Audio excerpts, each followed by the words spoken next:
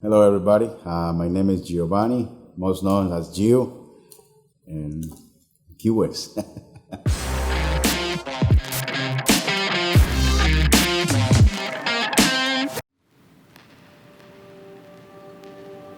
Irma has made landfall in the Florida Keys. It's official. When the hurricane came, I tried to get prepared as much as I can so I can provide, power for the animals with a generator. During that process, I lost about, for the days, I lost about 3 corals, and then things start going down even more, like start losing more corals, like maybe another 1 or 2 more frags or colonies, in a week. So then, start going crazy, making me realize, what I'm doing wrong. Obviously we got the power back and everything, but the problem was pH. pH were too low, around 7.4, and so I tried to see why my pH was too low. So finally, that's when I did my refusion. My refusion helped me bring the pH up to like 7.7, 7.8, which is still higher than where I'm coming, but not as high as it's supposed to. My color seems to get better, but color and a lot of things start losing. So then I did make an airline, from my skimmer outside the place, connect a reactor with carbon inside, so it just filtered the air.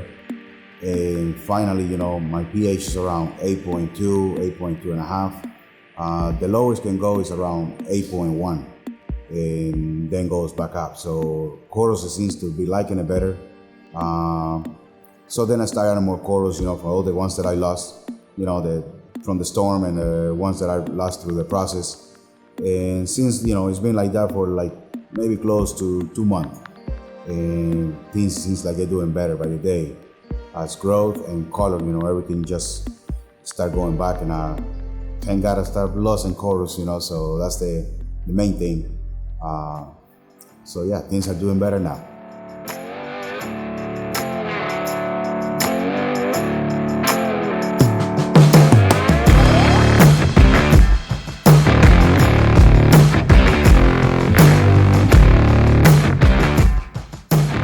I have 2 types of tanks.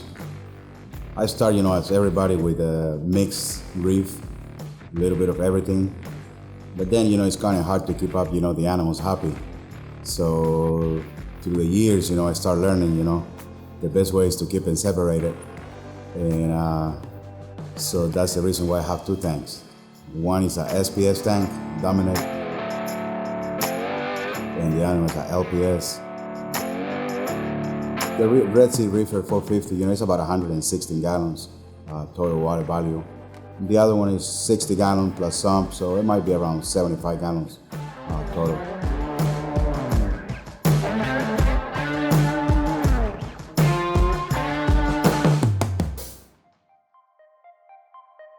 I came to this place almost 22 years ago. I don't know, kind of got locked in here. Nice thing about it is you can move from A to B in no time, and it's an island. It's about 5 miles around, 3 miles around. So you can either walk or bicycle, a scooter, car, you name it. Get a bus, whatever, and like I say, in no time you're already on the other side.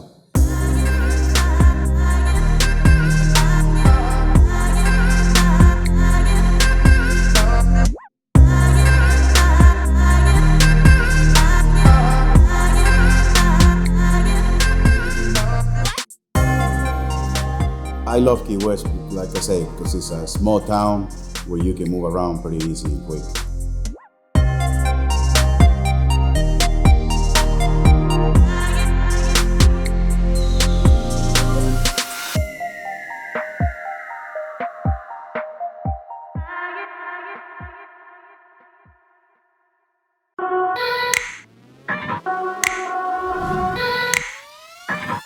I do a drywall finishing, hanging finish.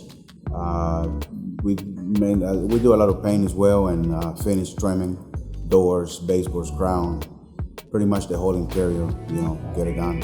First thing I do, I'm gonna go in the morning because before I even walked away from the house, obviously the lights are off, but I got my light and I go around with the light and I check all the colors, make sure no colors have fall off or they're still there, no dyings or anything like that. Then I take off, and the first thing I do when I come back is get to the door and look at the both tanks.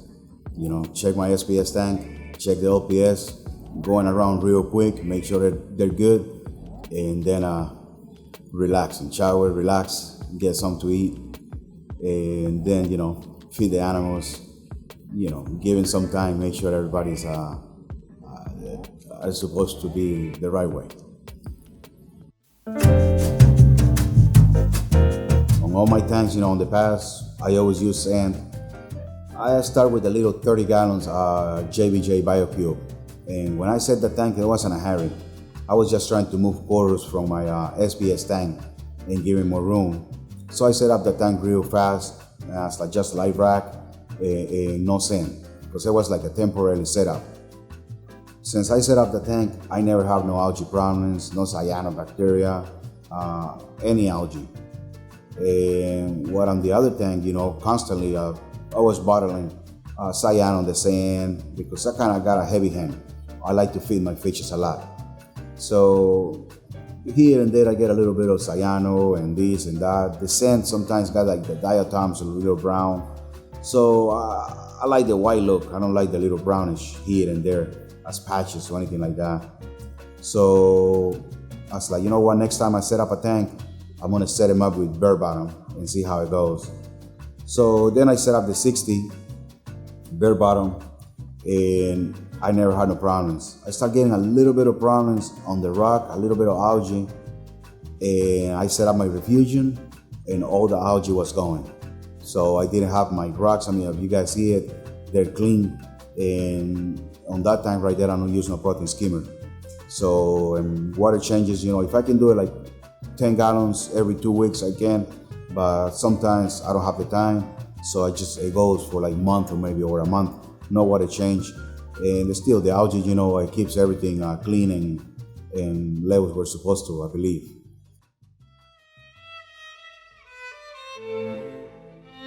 The main thing you learn from being an hobbyist is patience. That's one thing you gotta learn, you know, in this hobby, you know, it's a slow thing, you know, it takes forever, you know, to grow corals, to give them color or whatever, but that color can lose that color or die overnight. And so you gotta be patient, you know, that's one thing, number one thing I learned, you know. You know, if you don't have any experience, you know, I would say start with at least 75 gallon tank. It's gonna give you a little more water value. Set them up the right way the first time. So don't really cut any corners. You know, if you're gonna do a refugium, do it the right way, and filtration and protein skimmers and water power heads and all that stuff. Just do it right so you don't really have problems on the road. But that's one of the problems. A lot of people try to set the tanks either with no chillers or maybe it's not the right amount of live rock or little things like that. And eventually everything looks good at first, but the problem starts once the tank starts getting mature. That's when you start getting the problems if you don't set them up right. So that's my advice, you know, just if you're gonna do it, just do it right. And you shouldn't have problems, you're gonna be able to enjoy the hobby.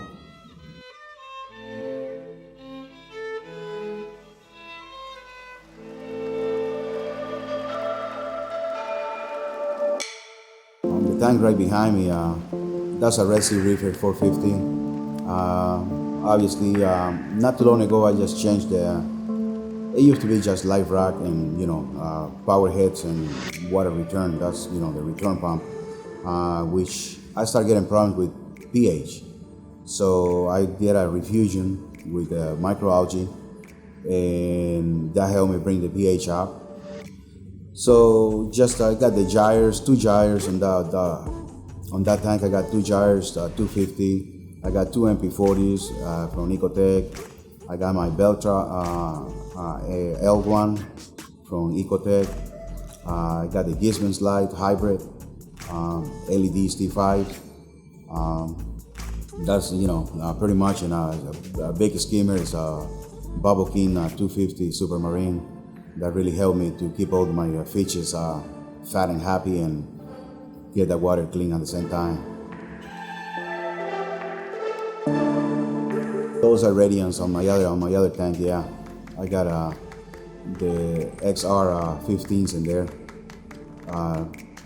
I guess for most people, you know, that's too many lights in there, but I just like the even spread. You know, I couldn't get away with 2 lights. 3 lights would have been good, but I got even 4 lights in there, and they just give me that even spread all over, you know, from one side to the other side. So really everybody's getting the same light.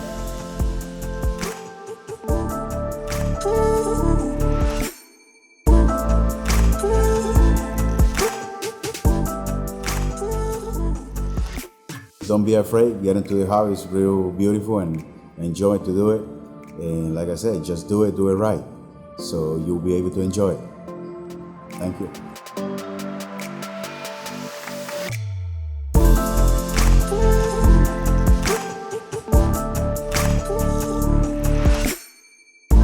It's a really nice hobby, you know, something you're actually creating the piece of nature in your home. And you really got to take care of these animals 100% in order to make them to thrive, you know. And I mean, it's just, to me, it's just fascinating. That's, you know, it's a really nice hobby to do.